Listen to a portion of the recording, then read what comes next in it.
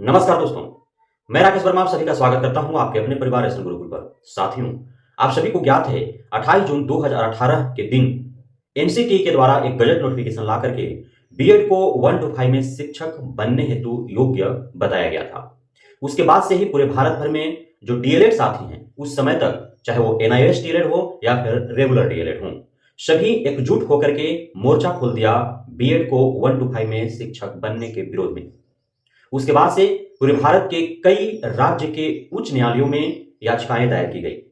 कहीं मान्य किया गया तो कहीं अमान्य कर दिया गया और इसमें सबसे अहम भूमिका निभाया राजस्थान का हाईकोर्ट, जिसके द्वारा 25 नवंबर 2021 को माननीय हाईकोर्ट राजस्थान के द्वारा 28 जून 2018 के उस गजट नोटिफिकेशन जिसके आधार पर बीएड को 1 to 5 में शिक्षक बनने के लिए योग्य ठहराया गया था उसे रद्द कर दिया गया। उसके बाद यह मामला माननीय सर्वोच्च न्यायालय में गया।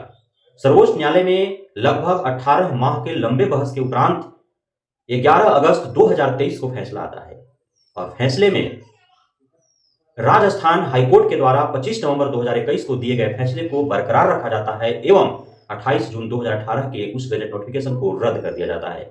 उसके बाद से कई याचिकाएं दायर होती हैं विभिन्न हाईकोर्ट में और उच्च न्यायालय में भी। अब तक जो है मामले शांत नहीं हो पाए हैं, जबकि 11 जनवरी 2024 को माननीय सुप्रीम कोर्ट ने पुनः जजमेंट देते हुए और बताया कि 11 अगस्त 2023 का दिया हुआ फैसला ही सर्वमान्य होगा और उसी के आधार पर सारे प्रक्रियाएं होंगी, अर्थात बीएड 1 to 5 में नहीं रह सकता है।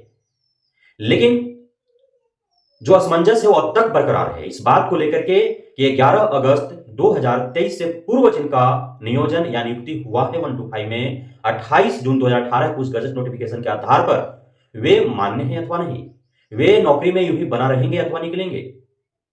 प्रक्रियाधीन जो भी भर्तियां थी उससे तो माननीय सुप्रीम कोर्ट ने सीधा मना कर दिया कि जो प्रक्रियाधीन है उसमें बीएड 1 to 5 में सम्मिलित नहीं हो पाएंगे, जिसका परिणाम आपको देखने को मिला बिहार में ही बीपीएससी टीआरई 1 में।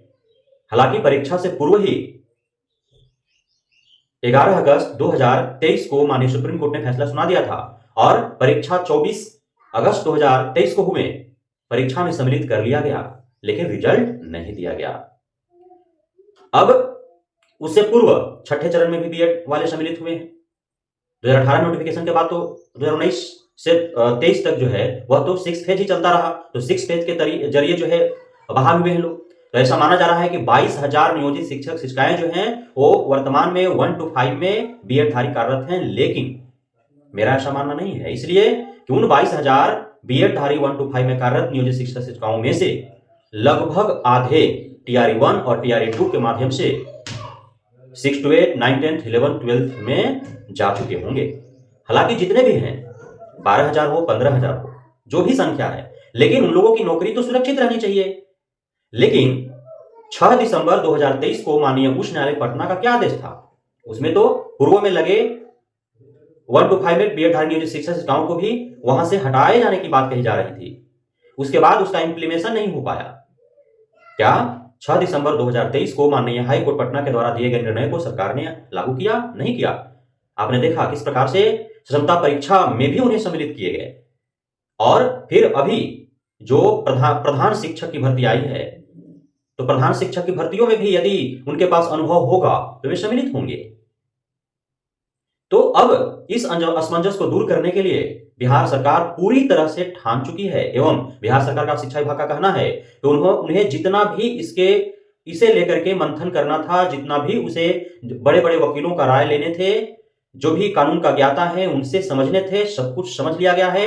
अब बेहद जल्द माननीय सर्वोच्च न्यायालय में इस मामले को लेकर के बिहार सरकार शिक्षा विभाग जाएगी कि बिहार में 1 to 5 में कार्यरत बीएड धारी लगभग 22,000 जो हैं उनका क्या किया जाए।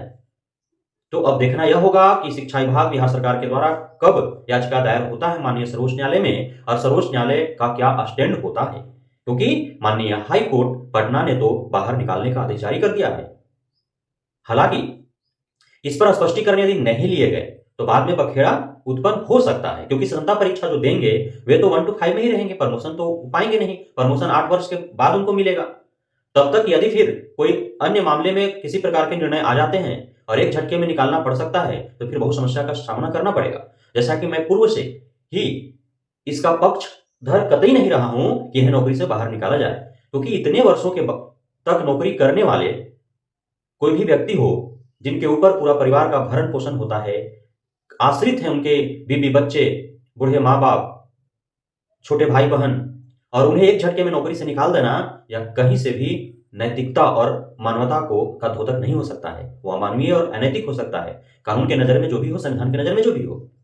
तो नैतिकता और मानवीय का ध्यान में रखते हुए बिहार सरकार शिक्षा विभाग इन सभी 22,000 बीएड-धारी 1 to 5 में कार्यरत नियोजित शिक्षकों के नौकरी के संरक्षण हेतु अब फाइनल मूड बना चुकी है कि वह माननीय सर्वोच्च न्यायालय का दरवाजा खटखटाएगी। तो इंतजार करें कि क्या कुछ होता है। बहुत बहुत धन्यवाद आप सभी गुरुजनों का हमारे साथ जुड़े रहने के लिए, बढ़ने के लिए, इतना प्यार देने के लिए, हम पे भरोसा बनाए रखने के लिए।